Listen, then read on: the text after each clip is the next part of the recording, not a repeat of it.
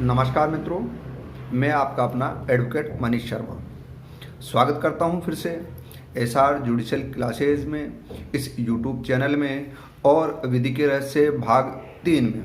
मित्रों, आप सभी से निवेदन है कि चैनल को सब्सक्राइब करें, वीडियो को लाइक करें और शेयर करें।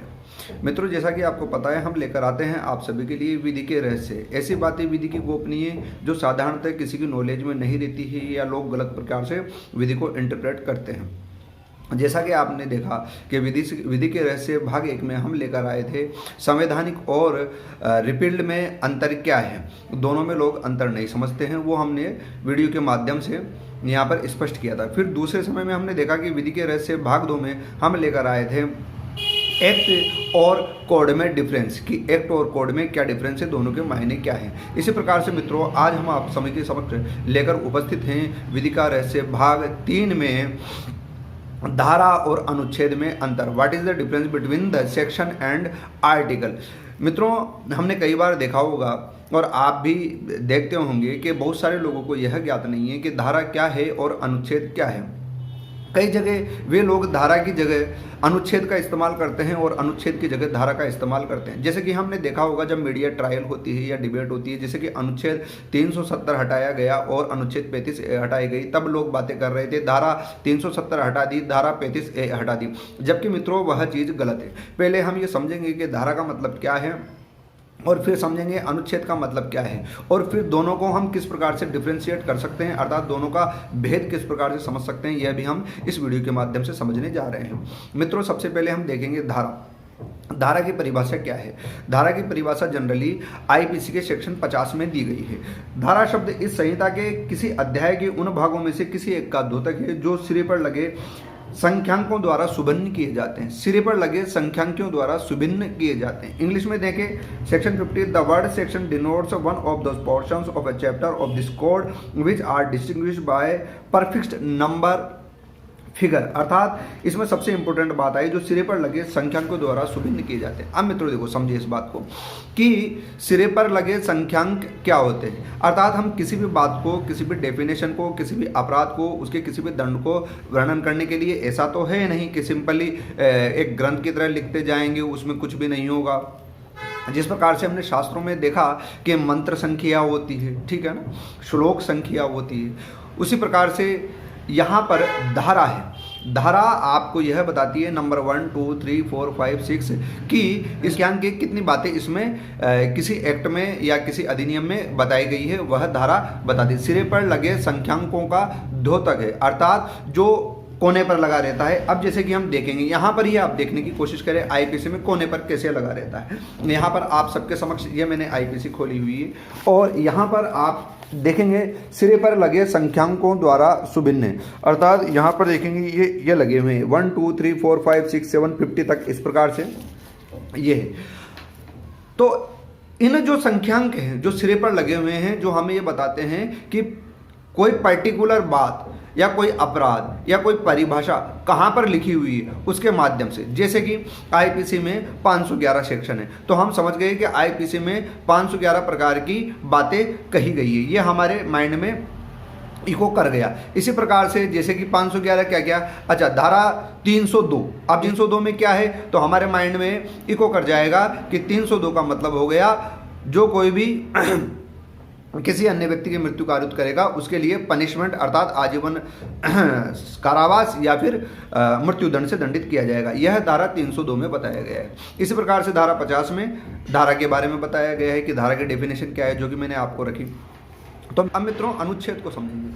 अनुच्छेद भी क्या है, सिरे पर लगे संख्यांक ही हैं जिनके माध्यम से हमें यह ज्ञात होता है कि कोई बात कहाँ पर लिखी हुई है। जैसे कि साधारणतः अनुच्छेदों के बारे में बताया गया है संविधान के अंतर्गत, तो जो जहाँ पर भी संविधान में कोई बात कही गई है वहाँ पर अनुच्छेद के माध्यम से उसे इंगित किया गया है और उसी प्रकार से हमें समझना होगा। उसके सिरे पर जो संख्यांक लगाए गए हैं उनको अनुच्छेद कहते हैं।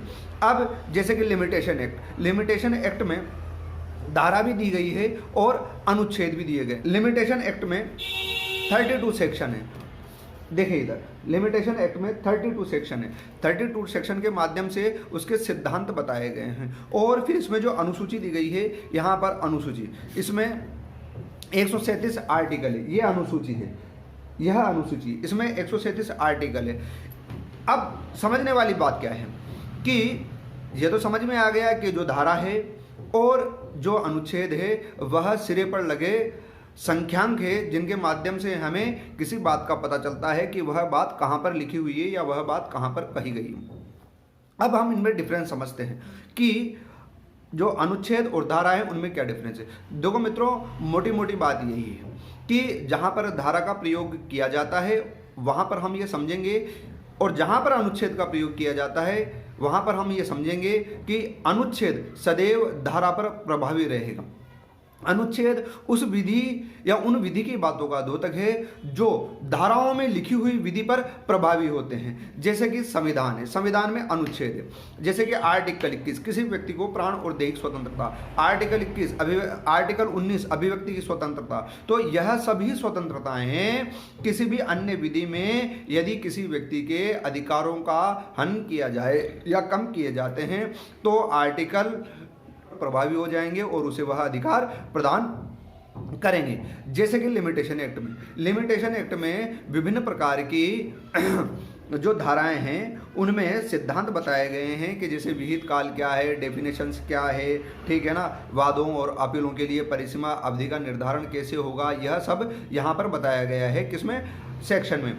और जो लिमिटेशन एक्ट में अनुच्छेद दिए गए हैं 137 तक, उसमें ये बताया गया है कि अब साधारण सिद्धांत तो सेक्शन में बता दिए गए लिमिटेशन एक्ट की, और विशेष सिद्धांत के किसी भी वाद, अपील या आवेदन के लिए समय सीमा अर्थात परिसीमा लिमिटेशन एक्ट क्या होगा वह बताया गया। दूसरा जो अनुच्छेद के द्वारा बताया गया है वह ये बताया गया है कि लिमिटेशन पीरियड तो इतना हो, जैसे किसी बात को करने के लिए लिमिटेशन पीरियड 3 साल है, लेकिन 3 साल का चलना कब से प्रारंभ होगा अर्थात प्रेस्क्राइब्ड टाइम, विहित पीरियड भी अनुच्छेद में बताया गया है। तो हम ये देखेंगे कि अनुच्छेद और धारा दोनों ही सिरे पर लगे संख्यांक है जो किसी बात का द्योतन करते हैं, अर्थात किसी बात को हमें बतलाते हैं कि वह बात कहाँ पर लिखी गई है। लेकिन अनुच्छेद और धारा में जो सबसे महत्वपूर्ण मोटा मोटा डिफरेंस आता है वह यह आता है कि अनुच्छेद सर्वदा धाराओं पर प्रभावी होते हैं। सिंपल सी बात है,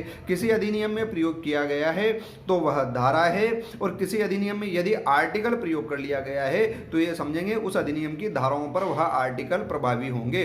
और यदि किसी विधि के अंतर्गत आर्टिकल ही प्रयोग किया गया है तो हम ये समझ लेंगे कि वह विधि अन्य समस्त विधियों पर प्रभावी होगी।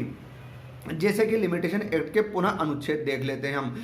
लिमिटेशन एक्ट के अनुच्छेद समस्त प्रकार की सिविल विधियों पर और अन्य विधियों पर लागू होते हैं जिनके द्वारा कि किसी वाद की परिसीमा और वाद का विहित पीरियड, किसी अपील, किसी एप्लीकेशन का परिसीमा और विहित पीरियड जो बताया गया है वह अनुच्छेद में बताया गया है, लिमिटेशन एक्ट की शेड्यूल के अनुच्छेद में बताया गया है, अर्थात वह सब जगह एप्लीकेबल होंगे समस्त प्रकार की सिविल विधियों में और अन्य विधियों में। का गोप मित्रों, इस प्रकार से मैंने धारा और अनुच्छेद में आपके समक्ष महत्वपूर्ण अंतर रखा है। लोग, मैंने ये देखा है अक्सर विधिवेत्ता भी और मीडिया भी गलत प्रकार से अनुच्छेद और धारा को प्रयोग करती है, धारा की जगह अनुच्छेद का प्रयोग करती है, अनुच्छेद की जगह धारा का प्रयोग करती है, जो कि बिल्कुल गलत है। हमें यह चाहिए कि हम धारा और अनुच्छेद में अंतर समझे। आपके समक्ष भी विधि की कोई ऐसी बात हो जो गोपनीय रहस्य हो, जिसके बारे में लोगों में भ्रम हो, तो उसको दुरुस्त करने के लिए मुझे कमेंट में टिप्पणी करें, कमेंट बॉक्स में टिप्पणी करें, ताकि मैं उस पर वीडियो बनाकर आप सभी के समक्ष उस समस्या को या उस परेशानी को दुरुस्त कर सकूं। मित्रों, जय हिंद, आप सभी का अभिनंदन।